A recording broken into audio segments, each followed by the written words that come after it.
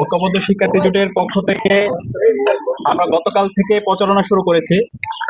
আমরা বিশ্ববিদ্যালয়ের শিক্ষার্থীদের প্রত্যাশাগুলো শুনছিলাম, তাদের আকাঙ্ক্ষাগুলো শুনছিলাম। তো বিশ্ববিদ্যালয়ের শিক্ষার্থীদের যারা বর্তমান শিক্ষার্থী আছে এবং যারা সাবেক শিক্ষার্থী আছে, তাদের সবার কমন একটা দাবি হচ্ছে রেজিস্টার বিল্ডিং সংস্কার। আজকে আমরা যেখানে দাঁড়িয়ে প্রেস কনফারেন্স করছি, এবং আপনারা খেয়াল করবেন আমরা প্রতিদিনই বিভিন্ন ডিফারেন্ট জায়গায় দাঁড়িয়ে প্রেস কনফারেন্স করার চেষ্টা করছি, এবং ওই জায়গার যে সমস্যাগুলো আছে সমস্যাগুলো আমরা তুলে ধরছি এবং সমাধানগুলো আমরা বলছি। তো আজকের যে রেজিস্টার বিল্ডিং আমরা দাঁড়িয়েছি, সেই রেজিস্টার বিল্ডিং এর যে লাল ফিতার দূরত্ব, যে আমলাতান্ত্রিক জটিলতা, যে হ্যারাসমেন্ট, এটাতে পড়ে নাই ঢাকা বিশ্ববিদ্যালয়ে ওরকম একজন শিক্ষার্থী আমরা খুঁজে পাবো না। আমরা যারা বিশ্ববিদ্যালয়ের শিক্ষার্থীরা আছি, আমাদেরকে যে কোনো কাজ, ভর্তি থেকে শুরু করে বিশ্ববিদ্যালয়ের অ্যাডমিনিস্ট্রেটিভ যে কোনো কাজ, আমাদের হলে অ্যাপ্লিকেশন করতে হয়, রেজিস্টার বিল্ডিং এ অ্যাপ্লিকেশন করতে হয়, ডিপার্টমেন্টে অ্যাপ্লিকেশন করতে হয়, এরপর আবার অনলাইনে অ্যাপ্লিকেশন করতে হয়। একই সাথে আমাকে টাকা নিয়ে ব্যাংকে যেতে হয়, এবং সোনালী ব্যাংক থেকে রূপালী ব্যাংক, এভাবে হচ্ছে আমার ডিপার্টমেন্টে আমার পেমেন্ট সব এভাবে আমাদেরকে চলতে হবে। এবং যখন আমরা সব কাজ সম্পন্ন করে রেজিস্টার বিল্ডিং এ আসি, তখন আমাদেরকে বলা হচ্ছে লাঞ্চের পরে আসেন। লাঞ্চের পরে যখন যাই তখন বলছে আগামীকাল আসেন। এইভাবে চলছে আমাদের রেজিস্টার বিল্ডিং। আমরা কথা দিচ্ছি, শিক্ষার্থীদের ম্যান্ডেট পেয়ে যখন আমরা সেবা করার সুযোগ পাবো, আমরা এই রেজিস্টার বিল্ডিং কে সংস্কার করবো ইনশাআল্লাহ। রেজিস্টার বিল্ডিং একজন শিক্ষার্থী সে হলে বসে তার রেজিস্টার বিল্ডিং এর তার প্রশাসনিক যত কাজ আছে সেই সব কাজ করতে পারবে, এবং তার পেমেন্ট সিস্টেমটা সে হলে বসে অনলাইনে পেমেন্ট করতে পারবে।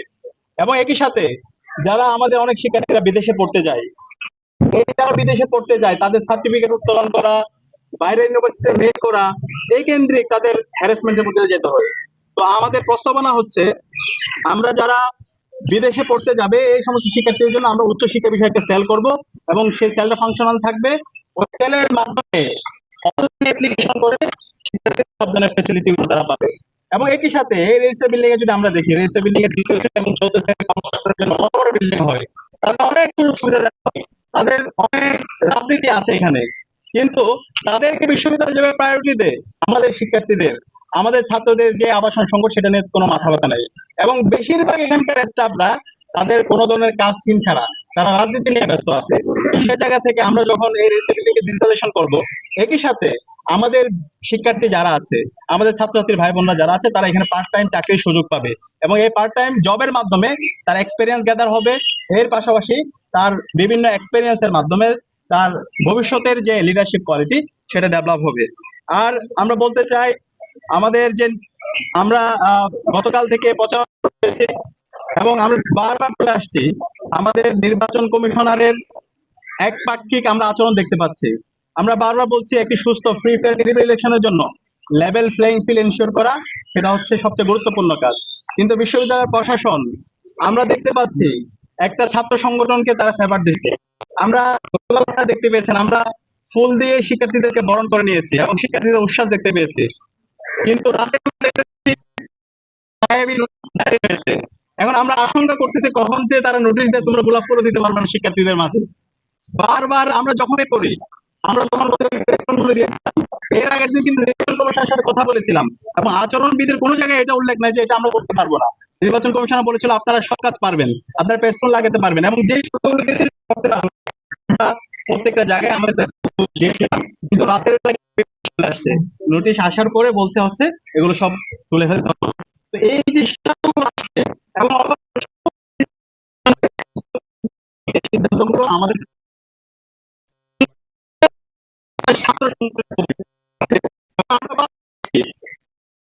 যারা নির্বাচন কমিশনে আছেন তারা আমাদের শ্রদ্ধাভাজন শিক্ষক, আমরা তাদেরকে শিক্ষক হিসেবে দেখতে চাই, কিন্তু তাদের যে রাজনৈতিক সেই আদর্শটাকে যদি তারা তাদের একটা ছাত্র সংগঠনকে দেয়, শিক্ষার্থীদের বিপক্ষে অবস্থান নেবে। আমরা চাই না ছাত্র বা সেই শিক্ষক এই ধরনের কোন একটা অবস্থান তৈরি হোক, বরং আমরা এই ঢাকা বিশ্ববিদ্যালয়ের ছাত্র সংসদ নির্বাচনের মাধ্যমে বাংলাদেশে আমরা গণতন্ত্রের একটা নজির স্থাপন করতে চাই। আমাদের বাংলাদেশে দীর্ঘদিন ধরে যে আমরা ভোটাধিকার ছিল না, আমাদের এখানে যে হচ্ছে গণতন্ত্র প্রতিষ্ঠানগুলো সেই প্রতিষ্ঠানগুলো এবং একটা চমৎকার আমরা রাষ্ট্রীয় নির্বাচন মাধ্যমে দিতে চাই। সেই কারণে আমি অনুরোধ করব যারা আছেন আপনারা